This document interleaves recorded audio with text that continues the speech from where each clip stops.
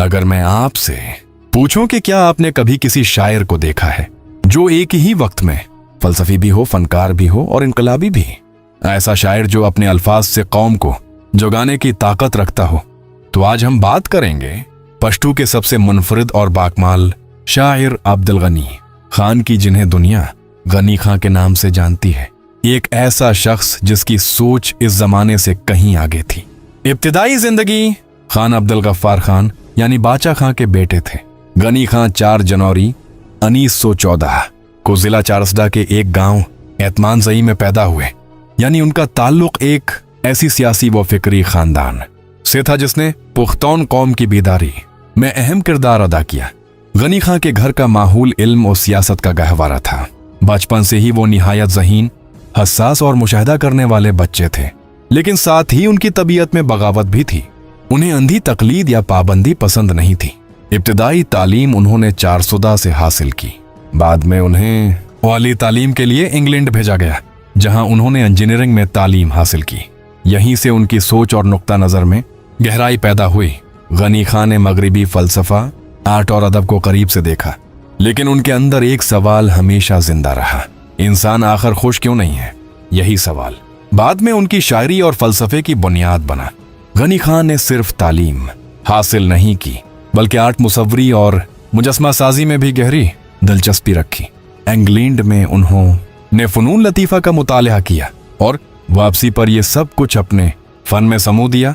गनी खां चूंकि बाचा खां के बेटे थे, इसलिए सियासत उनके खून में थी।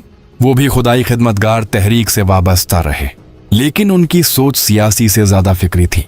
उन्होंने सियासत में रहते हुए देखा कि लोग जज्बात में आकर अक्ल को भूल जाते हैं। इसीलिए वो कहते थे, मैं इंसान को आज़ाद देखना चाहता हूँ, चाहे वो पख्तून हो या पंजाबी मुसलमान हो या गैर। गनी खां कई बार जेल भी गए, लेकिन जेल में भी उन्होंने लिखना जारी रखा। उनकी मशहूर किताब दा पंजरे चोर, फूलों की खुशबू भी जेल में लिखी गई। गनी खां की शायरी आम शायरी नहीं थी। वो अपने अशार में मजहब, फलसफा, इंसानियत और मोहब्बत को एक साथ जोड़ देते थे। उनके नज़दीक सबसे बड़ी हकीकत इंसान था। वो कहते हैं, खुदा ने इंसान को बनाया, लेकिन इंसान ने खुद को गुलाम बना लिया। इनकी शायरी में कहीं इश्क हकीकी झलकता है, कहीं अकल और जुनून की जंग, और कहीं तंज के तीर जो समाज की मुनाफिकत पर चलते हैं। मसलन एक जगह वो कहते हैं, ज़ इंसान यम खो इंसान ता हैरान, यम में इंसान हूं मगर इंसान पर हैरान हूं। गनी खां मजहब पर अंधी तकलीद के सख्त मुखालिफ थे, मगर वो खुदा से मोहब्बत रखने वाले इंसान थे। वो कहते थे, खुदा अक्ल से पहचाना जाता है, न कि खौफ से। उनके नजदीक शायरी का मकसद दिल को जगाना था, न कि सर्फ काफिया मिलाना। गनी खां ने अपनी जिंदगी में मोहब्बत और खानदानी सुकून को बहुत अहमियत दी। उन्होंने रोशन नामी एक बावकार और तालीम याफ्ता पारसी खातून से शादी की। दोनों के दरमियान फिक्री, हम आहंगी और एहतराम का रिश्ता था। उनके 3 बचे हुए 2 बेटियां शानदाना और जरीना और एक बेटा फरीदून खां। गनी खां अपने बेटे फरीदून से बेहद मोहब्बत करते थे। फरीदून निहायत बाअदब, तालीम याफ्ता और नरम दिल नौजवान थे, मगर अफसोस कि उनकी जिंदगी बहुत मुख्तसर साबित हुई। सन 1987 में एक मकामी तनाज़ुहे के दौरान एक किसान के हाथों फरीदून खां को कत्ल कर दिया गया। ये वाकया गनी खां के लिए जिंदगी का सबसे बड़ा सदमा था।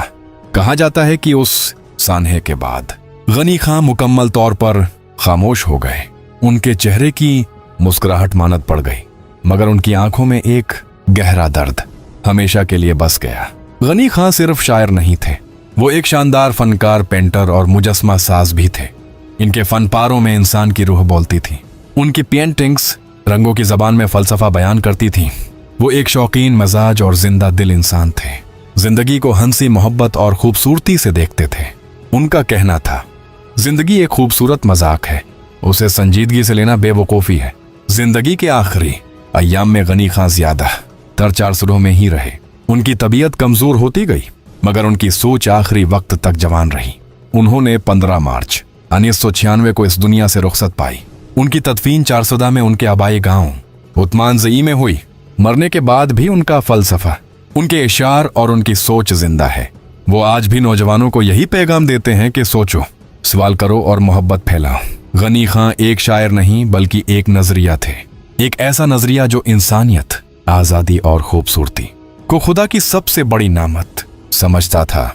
अगर आपने आज तक सिर्फ शायरी के काफिये सुने हैं तो गनी खां को पढ़कर आपको मालूम होगा कि शायरी सिर्फ अल्फाज नहीं, ये रूह की बीदारी है। अगर आपको ये वीडियो पसंद आई हो तो लाइक, शेयर और सब्सक्राइब जरूर करें ताकि हम आप तक ऐसी ही तारीखी और फिक्री कहानियां लाते रहें।